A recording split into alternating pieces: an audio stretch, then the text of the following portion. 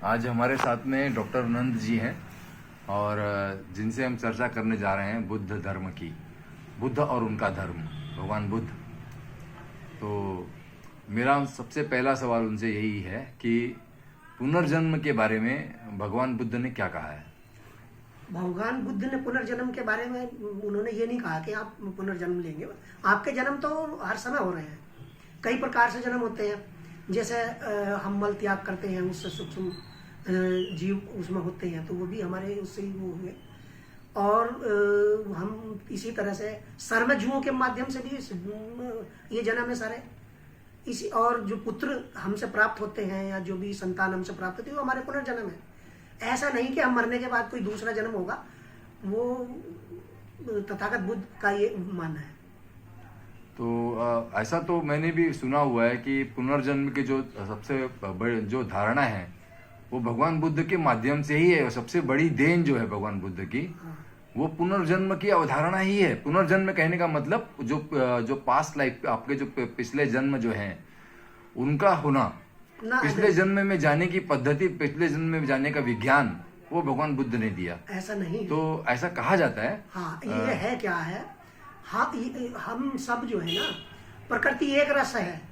एक रस का मतलब ये है कि जो हम बाहर देख रहे हैं वो भी वहाँ भी है, और हम जो हमारे अंदर है वही बाहर है, और जो बाहर है वही हमारे अंदर है। जिस तरह से पुनर्जन्मों की बात है, एक आप वृक्ष ले लीजिए, पौधा ले लीजिए किसी चीज का, तो वो पौधा भी उसी हवा को ले रहा है अपने प्राणों में, उसी धूप को ले रहा है, वो सब निकलती है, सब में बह रही है एक रस होकर। तो हम अनेक रूपों में मौजूद इसी जन्म में रहते हैं। मेरा अगला सवाल आपसे ये है कि जैसे भगवान बुद्ध ने कहा कि अत्त दीपो भव, तो क्या आपके अंदर वो दीप का जल चुका है या आपका? नहीं, ये तो मैं नहीं जानता। हाँ, दीप वो इसलिए जल चुका है कि अगर कोई हमें अपना चिराग स्वयं बनना चाहिए। अगर हम किसी चमत्कार के भरोसे बैठे हैं तो ये तो हमें मतलब नहीं लगता कि ऐसा कुछ होगा। चमत्कार नहीं है, आप अपने चिराग स्वयं बनिए। अगर आप को भूख लगी है तो आप भोजन तो आपको करना पड़ेगा ना, उसकी व्यवस्था करनी पड़ेगी। ये थोड़ी है कि हमने अन्नपूर्णा की पूजा करी और आसमान से थाल आ गए, ऐसा नहीं है। तो दीपो भाव है, अपना चिराग स्वयं बनिए। और अपना चिराग बनने का मतलब इतना ही है कि आप जानिए किसी उसको, कि इसका जब तक आप जान ही नहीं रहे हो तो उसको मानना व्यर्थ है। नहीं, मेरा प्रश्न अलग था। मेरा प्रश्न ये था कि जो भगवान बुद्ध को मिला, जो अंतर्ज्ञान हुआ उनको, क्या वो आपको भी हुआ? उन्होंने यही कहा है कि हाँ, जो इसको जान गया है, ये तो मैं नहीं कह सकता उनको, वो तो बहुत बड़ी चीज थे। हाँ, लेकिन हम उनसे एक रस हैं। हाँ, ये ठीक है। मतलब आपको वो अंतर्ज्ञान अभी तक नहीं हुआ है। नहीं, ये क्योंकि उसकी घोषणा नहीं कर सकते आप।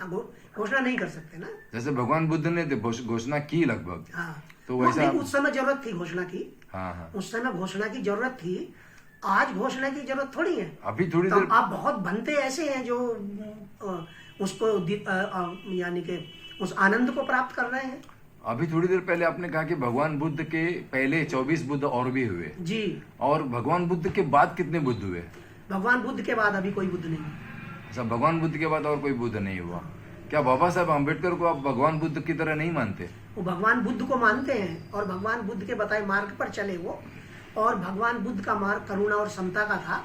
उसी मार्ग पर चलकर वो बाबा की पदवी उन्होंने पाई, क्योंकि भारत में और कोई दूसरा बाबा ही नहीं है, बस एक ही बाबा हुए जो बाबा साहब हुए। और इसका प्रमाण है, उन्होंने सबके लिए समान प्रावधान संविधान के अंदर दिया। जैसे बोधि, एक तो भगवान बुद्ध है। हाँ। और दूसरा है एक बोधिसत्व।